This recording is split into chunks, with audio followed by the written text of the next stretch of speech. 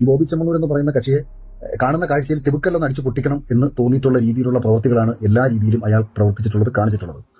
നമ്മൾ കേരളത്തിൽ ഒരുപാട് ബിസിനസ്സുകാരെ കണ്ടിട്ടുണ്ട്. പക്ഷേ ബിസിനസ്സുകാരിൽ ഏതൊക്കെ രീതിയിൽ ജനത്തെ പറ്റിച്ച് തന്റെ കാര്യം നേടിയെടുക്കാമെന്ന് കരുതി അതിൽ ഏറ്റവും പ്രധാനപ്പെട്ട തട്ടിപ്പായിട്ട് ഒരുപക്ഷെ മലയാളികൾ മുഴുവൻ പോയി വീണുകൊണ്ടിരുന്ന ചാരിറ്റി തട്ടിപ്പ് എന്ന് പറയുന്ന ഏറ്റവും വലിയ തട്ടിപ്പ്. മറ്റുള്ളവരെ സഹായിച്ചുകൊണ്ട് ധാരാളം പേരെ പറ്റിക്കാനുള്ള തന്ത്രം വളരെ മനോഹരമായി നടപ്പിലാക്കാൻ ശ്രമിച്ച ഒരുവനാണ് ഈ ബോബി ചെമ്മണ്ണൂർ. ഇപ്പോൾ നിങ്ങൾ ചോദിക്കും, ഈ ഹണി റോസിനെ അപമാനിച്ച വിഷയത്തിൽ ഞാൻ ഇപ്പോഴാണ് ഒന്ന് മറുപടി പറഞ്ഞതെന്ന് വെച്ചാൽ, ഞാൻ മുമ്പ് ബിഗ് ബോസ് കഴിഞ്ഞ സമയത്ത് ഏഷ്യാനെറ്റിന്റെ ഷൂട്ടിന്റെ ഭാഗമായിട്ട് ഈ ബോബി ചെമ്മണ്ണൂരിന്റെ ഇവിടെ ഞാറക്കലുള്ള ഒരു ഷാപ്പുണ്ട്. അവിടെ ഇയാൾ തുണിയായി ചാടി കുറേ ബഹളങ്ങളൊക്കെ ഉണ്ടാക്കിയ ഒരു വീഡിയോസ് നിങ്ങൾ കണ്ടിട്ടുണ്ടായിരുന്നു. ഞാൻ ആ ഷാപ്പിൽ ഒരു ഷൂട്ടിന് പോവുകയും അവിടെ ഭക്ഷണം കഴിച്ചുകൊണ്ട് എന്റെ വീഡിയോ എടുത്ത സമയത്ത് ഞാൻ ആ വീഡിയോ ഓഫ് ചെയ്യാനും ഇനി എടുത്തു കഴിഞ്ഞാൽ ആ മൊബൈൽ എടുത്ത് ഞാൻ ദൂരെ കളയുമെന്ന് പറഞ്ഞുകൊണ്ട് ഞാൻ അവിടെ ചൂടാവുകയും ഇയാളെ ഇതുപോലെ ഒരു കോമാളിയുടെ ഒരു പ്രസ്ഥാനത്തിൽ എനിക്കൊരു രീതിയിലും പ്രൊമോട്ട് ചെയ്യാൻ പറ്റത്തില്ല എന്ന് പറഞ്ഞ് ഞാൻ സംസാരിക്കുകയൊക്കെ ചെയ്തൊരു സംഭവം ഇതിന് മുൻപ് തന്നെ ഉണ്ടായിട്ടുണ്ട്.